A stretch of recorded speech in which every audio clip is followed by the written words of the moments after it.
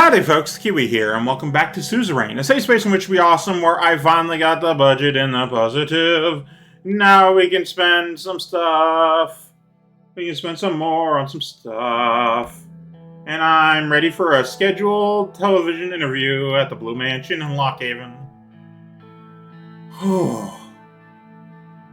Sorry, the last game I just did had me doing a lot of coughing. Fake coughing for the character I was playing. Anyway, the makeup crew had just finished their preparations for the interview. Lucian stopped me on my way out the balcony of the main Blue Mansion where the filming crew was standing ready to start filming. Are you ready for the interview, sir? Honestly, I'm not sure if this was a good idea.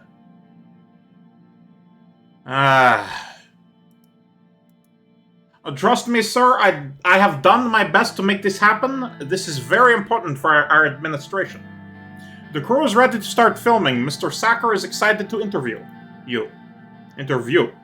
As I explained before, it would be bad press to decline this interview offer.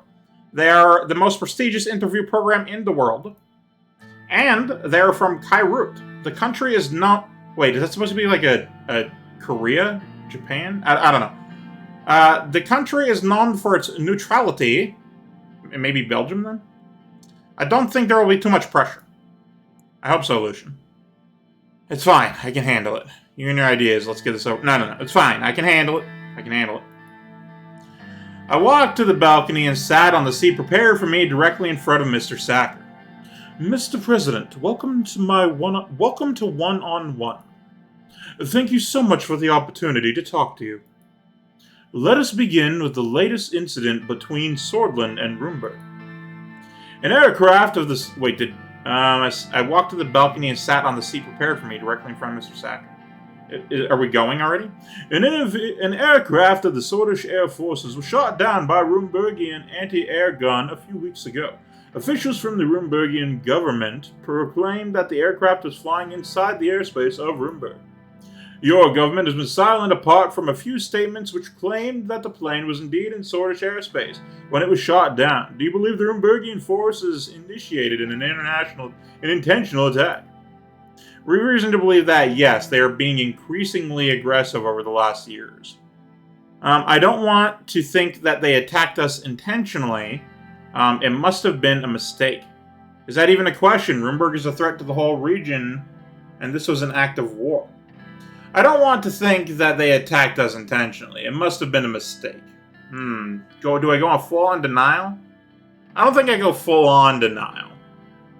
We have reason to believe that, yes, they're being increasingly aggressive over the last years. That's a statement of fact. Does that mean that there will be more hostilities on the horizon? I hope not. We are willing to do what it takes to not create a conflict. I can't say that for sure. We'll have to ask Queen Livingston herself. It's up to Rumberg to decide that now. Ooh, I really want to say 3. I'm like really leaning to 3. But like 2 is the good one that I actually want to do. But man, is 3 so tempting.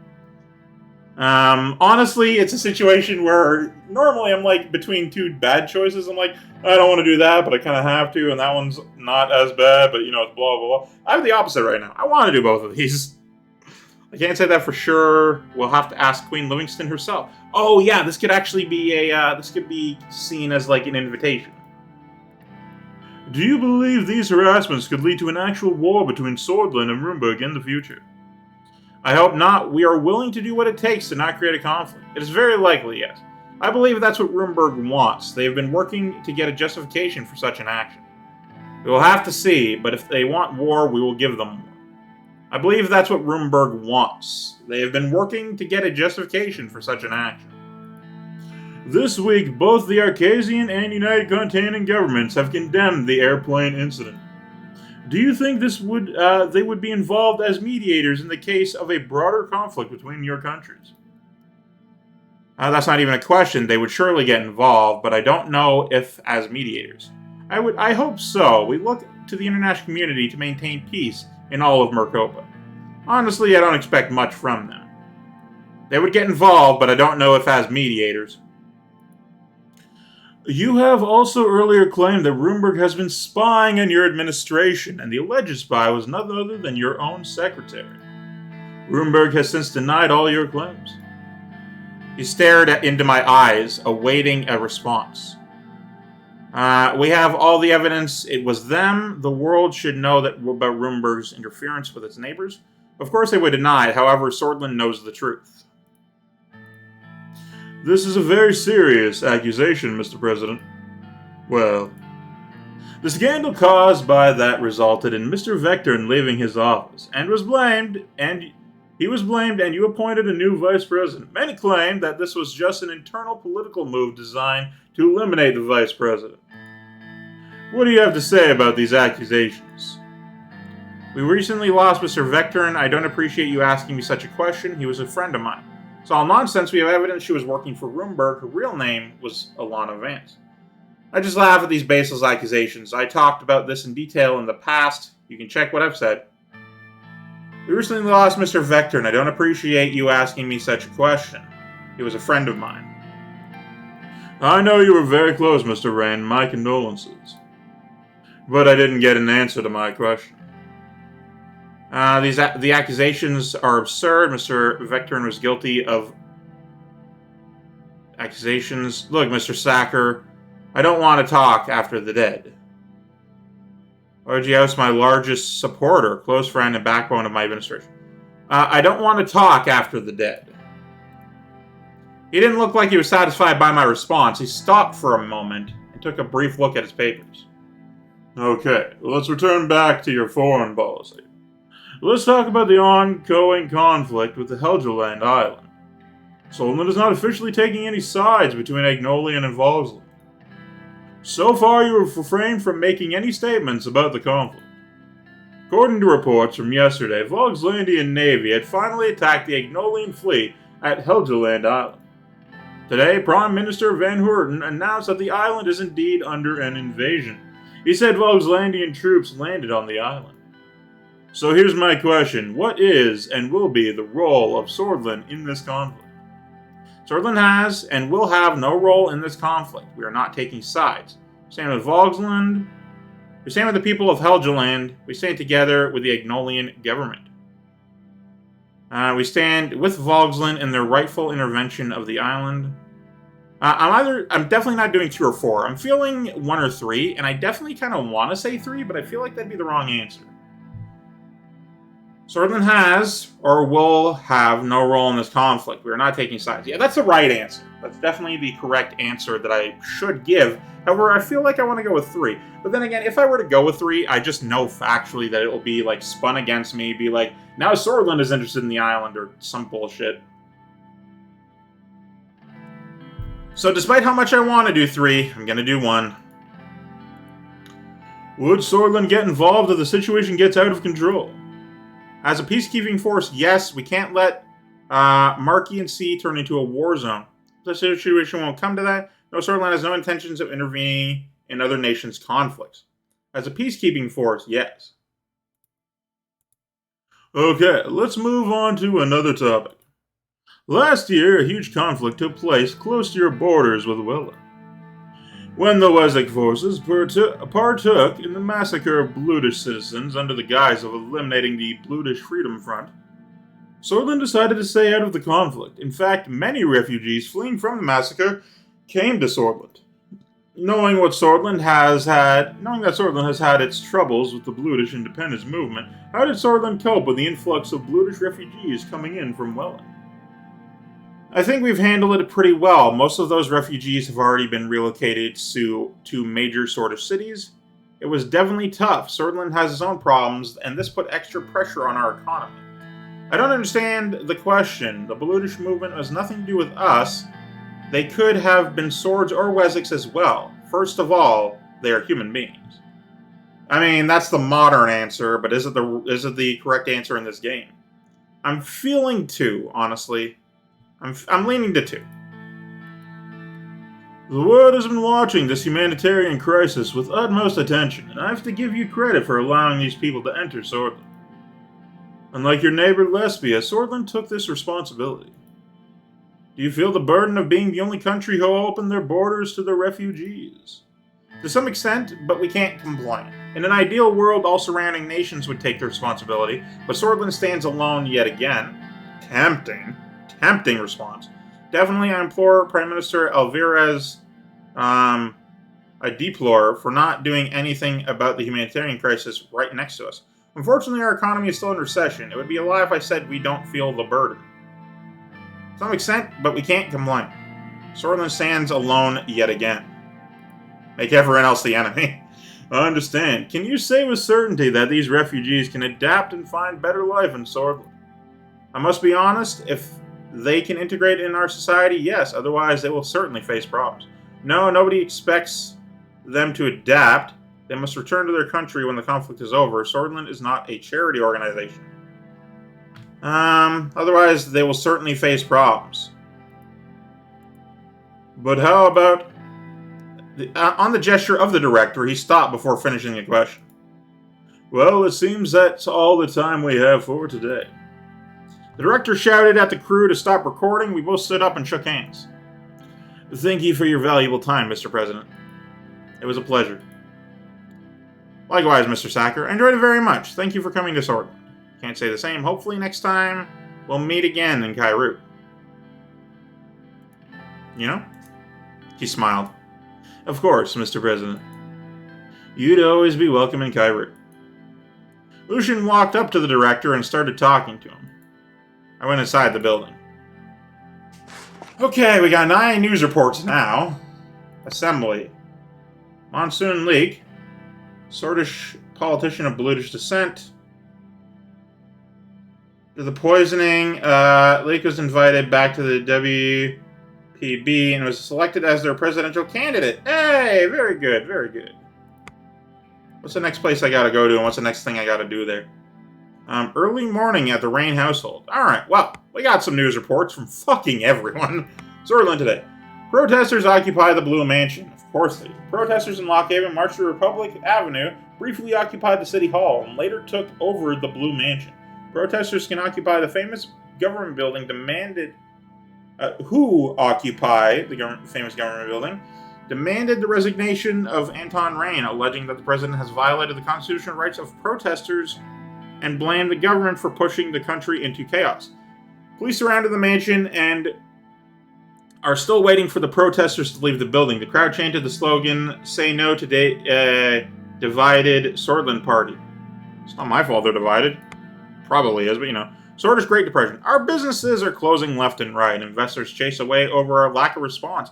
Our unemployment rate is as high as ever, while our GDP is as low as it can be. President Rayne's substandard leadership has shoved the country into the pit of despair, instead of pulling it out. All the meanings and senses, Anton, in all meanings and senses, is worst president in Sordland history. Ah, goody. Vogsland occupies Helgeland. This morning, Vogslandian forces has occupied Helgeland with only a small amount of casualties when the forces of Helgeland surrendered after the invasion that was executed yesterday. After the surrender, Chancellor Hagel had reclaimed Helgeland as part of Vogsland and described the events as the triumph of freedom and reversal of historical injustices. Agnolian leader Van Hoorten condemned the invasion and the AN for leaving Agnolia alone and not interfering. This was a drastic first step, Vogslandian and malevolent invasion in eastern Mercopa, and I'm warning those who allowed them to do this. This is how liberty dies, he said. Agnolian Navy has also returned back to Stallport after a brief firefight with the Vogslandian Navy. No, it still says it belongs to Agnolia. Everybody got in Sarna. Leader poisoned. Was poisoned by a nerve agent, hospitalized in serious condition during his trip to Sarna. Speech campaign, he suddenly became ill. Alright. Read the report from Lockhaven. Following the briefer visit to Lockhaven, there have been an outcry against the unpopular president. With violent protests feared to be imminent, the city is deeply unhappy with the president's term and there have already been some calls for Rayne's resignation. I'm going to take some water here. One moment.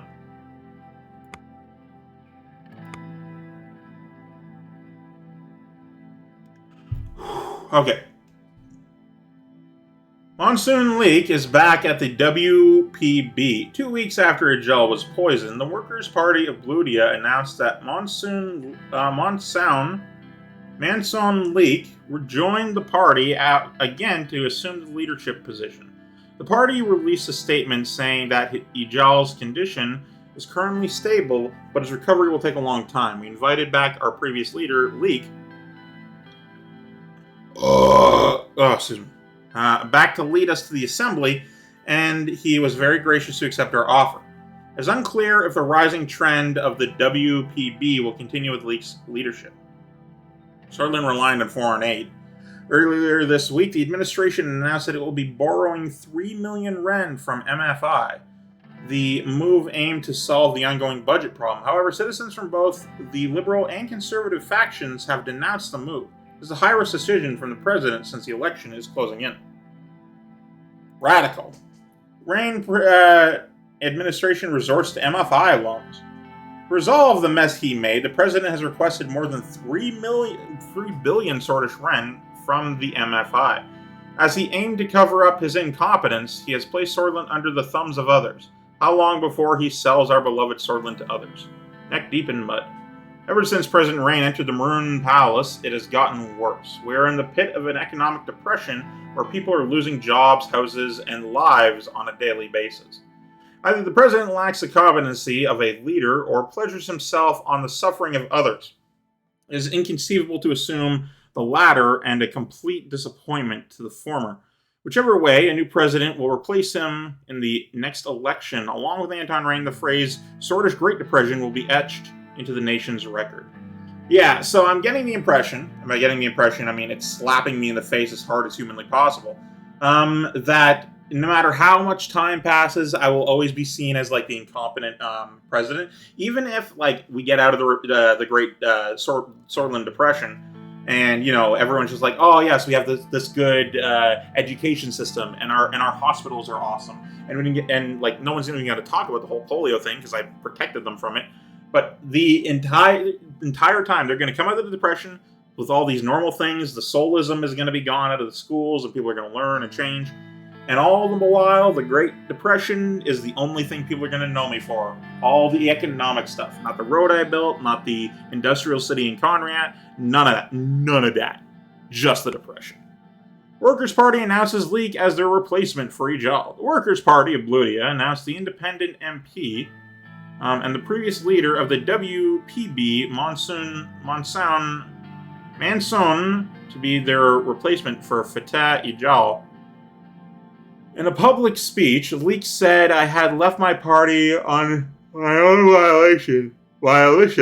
volition, after failing to pass the threshold years ago. I never expected to be here again. Unfortunately, Fatah Ijal was targeted by ultra-nationalists, and I was asked to replace him during this tumultuous time. I'm grateful to every Workers' Party member for welcoming me back with such open arms. Rest assured, I will do my very best to serve this honorable task given to me and will not let you all down. Sordland dependent on foreign help. After decades of being a strong and proud nation, Anton Rayne has driven the country to be a shell of what it used to be. Our hard-fought republic now relies on the mercy of others to survive. Due to his incompetence, Mr. Rayne has requested 3 billion Sordish ren from the outsiders.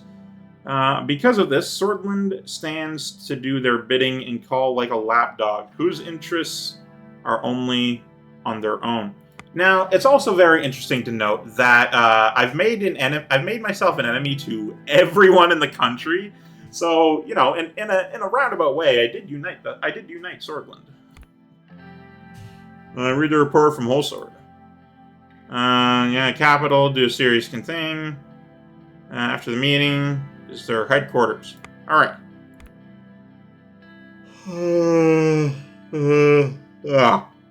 Alright, early morning of the Rayne household. I woke up early, as usual, put on my clothes, and went downstairs.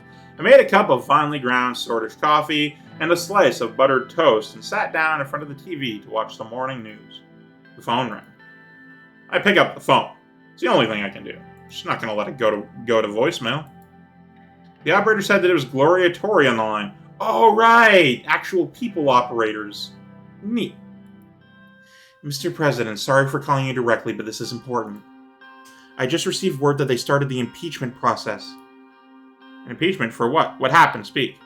What happened? Speak. To be frank, she took a deep breath in. We might be screwed. They are citing a major scandal. I received a report and took notes. Here's what it said. President Rayne abused his powers to send his son, Frank Rayne, to Holsard State University. President Rayne has been in cahoots with the media mogul. Who found this all out? Marcel Caranti. At Mr. Caranti's country club in Conriat, they struck a deal in which Mr. Caranti agreed to sway the media in favor of the president. The list goes on and on. We will defend ourselves and present the best case possible, of course, but it will be hard. We need to stay optimistic. We may still have a chance. But for now, I will let you take it all in. Talk to you later. Ah, shit. So I'm not going to be seen as incompetent, but like a backhanded dealer. Well, that sucks. Thought I'd get away with that. Arvery. The whole country is fucking turning on me. This is why you should never be in charge of anything ever. Private meeting with Lilius Graff. The historic Graff Manor lay on the outskirts of Arvery. At the end of a long winding drive nearly 2 centuries old, it was as formidable as Lilius herself. Lilius had invited me here for a private dinner, just the two of us. Oh, is she gonna assassinate me? Is my wine poisoned? I wasn't sure of her motivations, but was happy to have an excuse to escape the chaos back in Holsard. Oh, you aren't, my friend. Me. Serge dropped me off at the door. Excuse me, I'm gonna knock. I used a heavy brass door knocker to signal my arrival. The butler answered and showed me into the parlor. Gas lanterns lent the wood-paneled room a cozy orange glow. Lilias was sitting on the sofa. Above her hung a nearly life-size portrait of a swallow. Unhappy-looking young woman. A solo. Is that a fucking word? I thought it's like a picture of a bird. Lace ball ground dress. Is that you? My mother, actually. I was her only child, you know. Giving birth to me left her medically unable to conceive. My father never could forgive her for not bearing him a son, and she never forgave me. She took a measured sip of one of 2 glasses of sparkling wine she was holding, and handed me the other. Sounds like a painful childhood. The silver lining is that despite personally despising me, they felt compelled to grant me all the advantages a son would have had, including the education I needed to rise to my current position. Nice story. Would you be so kind as to tell me why you invited me over? Given how your wife spends her time these days, I thought you might be in need of a home-cooked supper. All right. The butler silently stepped into the parlor and rang a silver bell. Speaking of which... She led me into the dining room, where a glittering chandelier hung from the high ceiling. Beneath it was a long table set for 2. A woman in an apron and a chef's hat, Weswick, by her appearance, ceremoniously presented a roast rack of venison. Home-cooked supper, huh? Smells delicious. I'm gonna be... Despite the fact that this is me being killed, I'm going to be gracious about it. The groundskeeper shot it this morning. Lilius bowed her head and said a quick prayer, then motioned for me to dig in.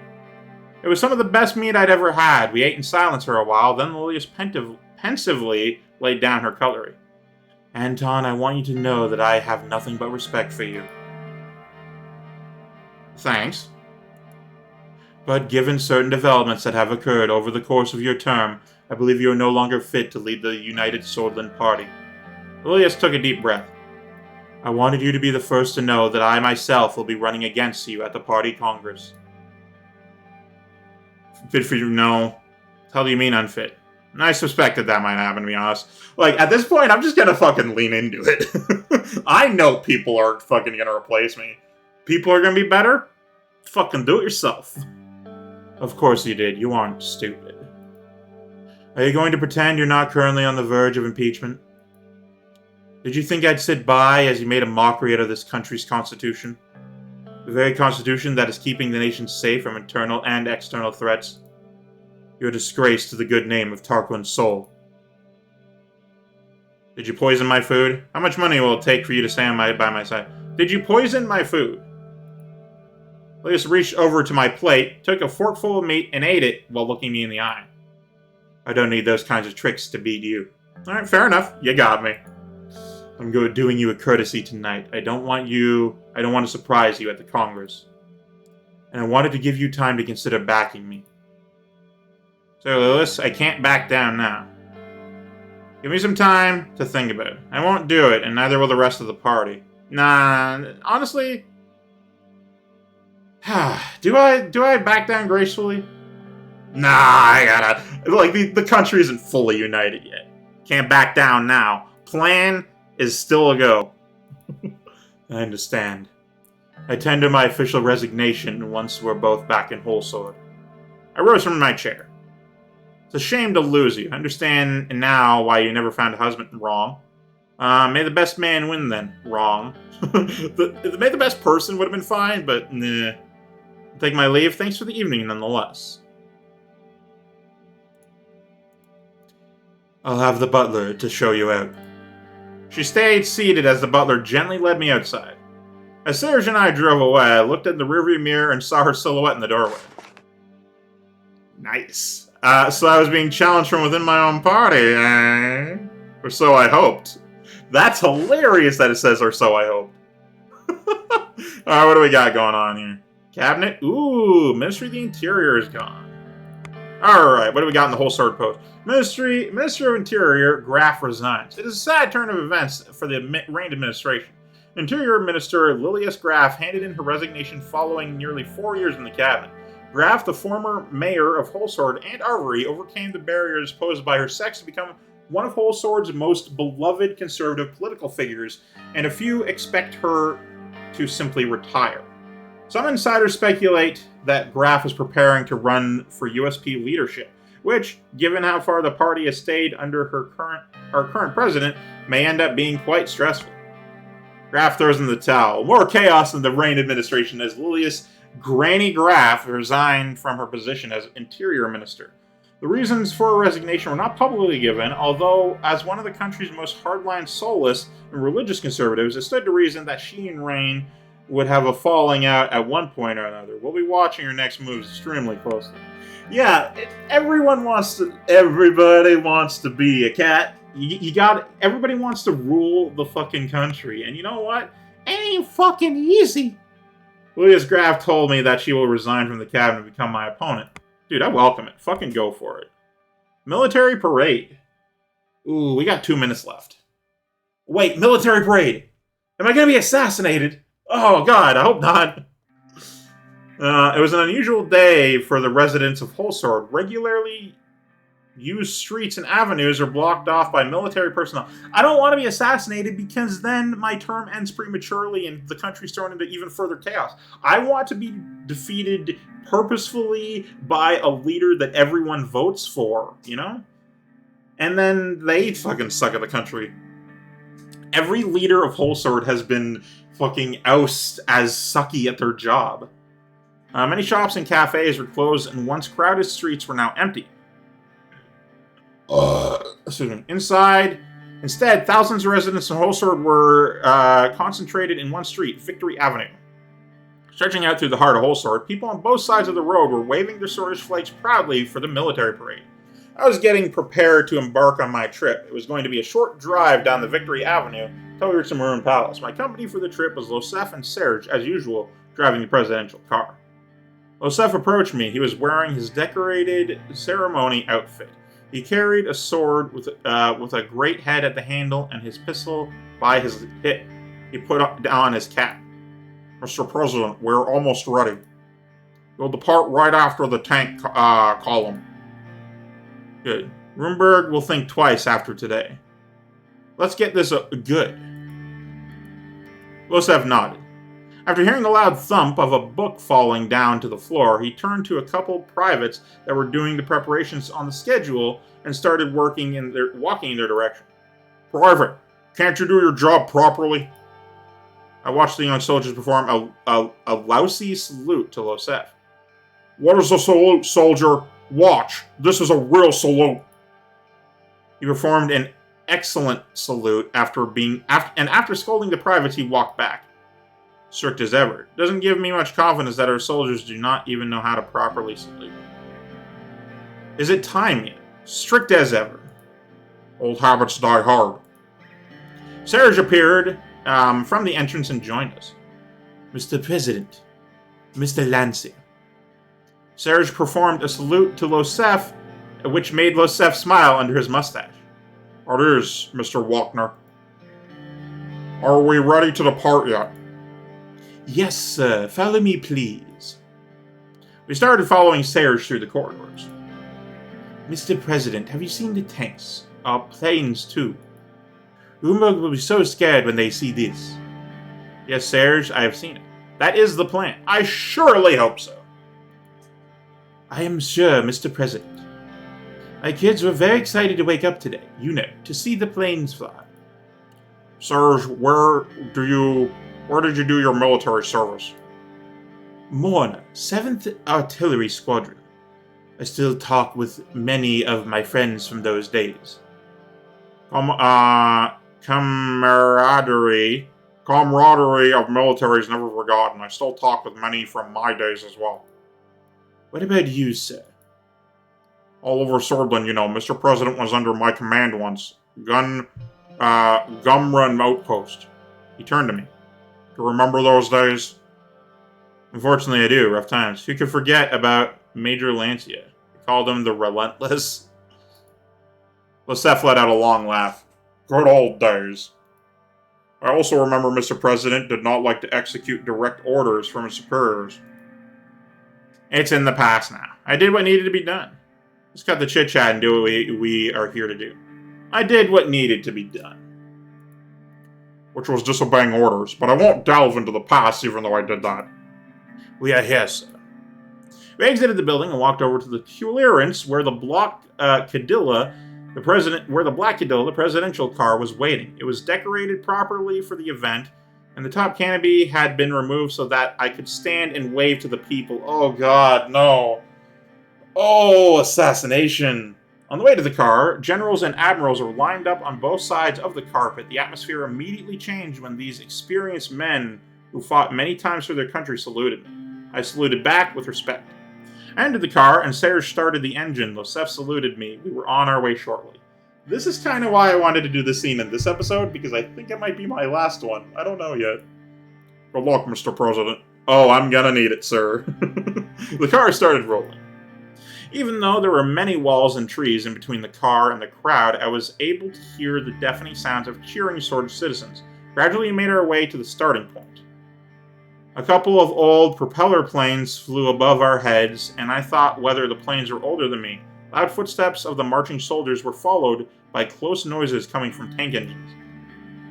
The tanks came into my view. They were not the most modern models, however, they displayed our military might. I couldn't even finish my thought, and one of the tanks broke down and had to be towed. We waited for a few minutes for the announcement. Finally, it was our turn. On both sides of the Victory Avenue, there were numerous citizens cheering my name, waving their Swordfish flags. I'm gonna wave. Looking at the benches where the general staff was sitting at, I saw Tarquin Sol sitting next to General Vulcan. From this distance, it was hard to tell, but he tipped his hat off to me, and I could swear that he was smiling. Oh, did he fucking orchestrate the assassination attempt? We kept our slow and steady pace. We were almost at Arthur S. Whiskey statue several hundred meters away. Oh, here it comes. A group of soldiers saluted me as we passed by. They looked proud and stout in their new infantry uniforms and with brand new rifles. God, I'm just not. There it is.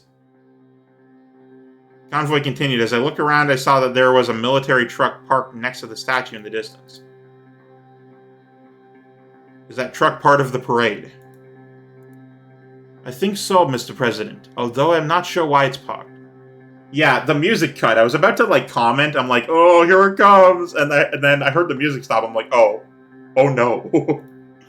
We continued to and neared the statue.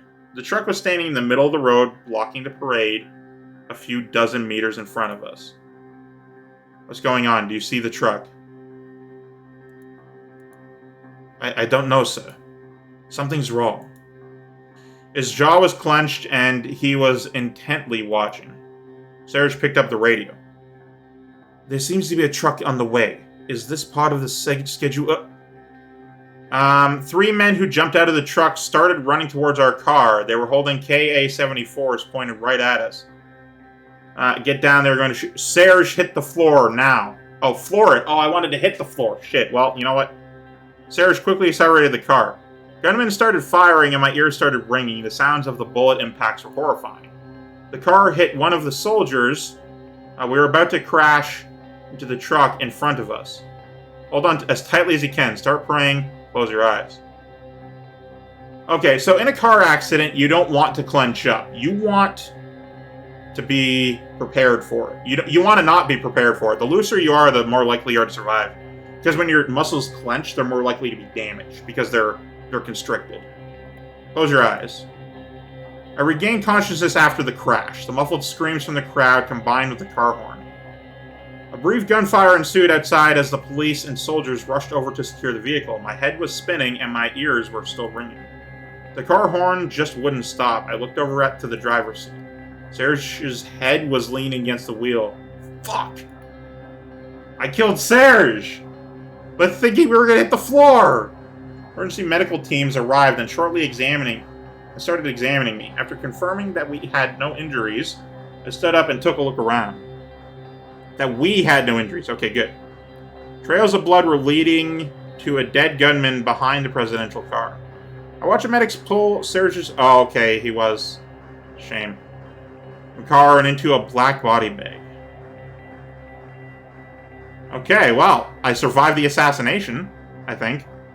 Report from Holsword, Interior opens investigation into assassination attempt. With judicial approval, Minister of Interior has opened an investigation into the recent assassination attempt. Police forces and private detectives have been deployed. Higher security measures have been put into place to avoid a future attempt. We're at 37 minutes, but we can't stop now. Parade report.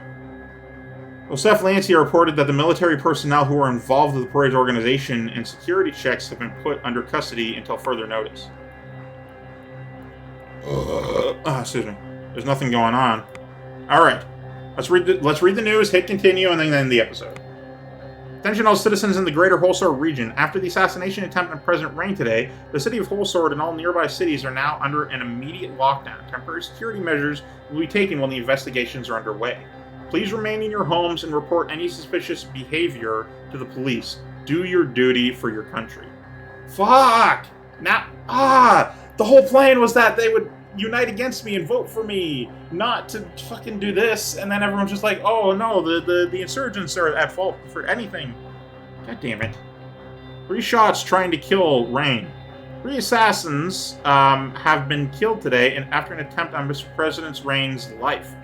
During the much-anticipated military parade, attackers were seen jumping out of a military truck with KA-74s as the president's car was passing by.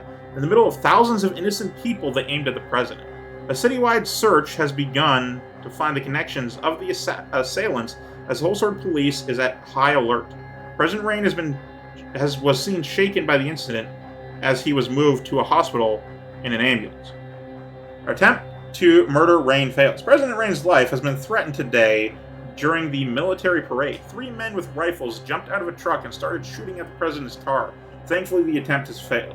The government officials are warning everyone to go back to their homes as the investigations are now underway. The entire Holsword police force seems to have been dispatched, with many more coming in from nearby cities.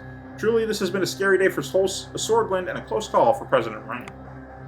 Who was behind the assassination attempt? How is this even possible? In the middle of a military parade, surrounded by tanks, jets, and thousands of soldiers, 3 assassins jumped out of a military truck in an attempt to kill Rayne. How could this even happen?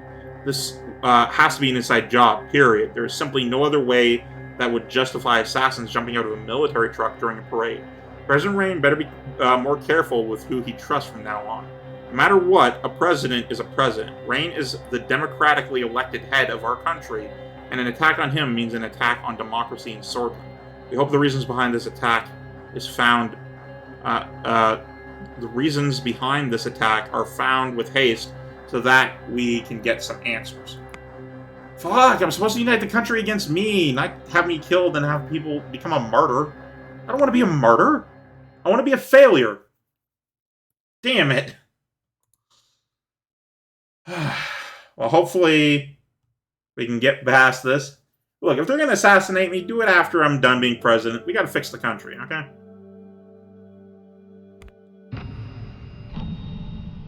Funeral of Serge Walker. Right, but that'll have to be for this one. Thank you guys so much for watching. Of course, from Keywii, you've been great to yourself. A delightful day. I love you all. Goodbye.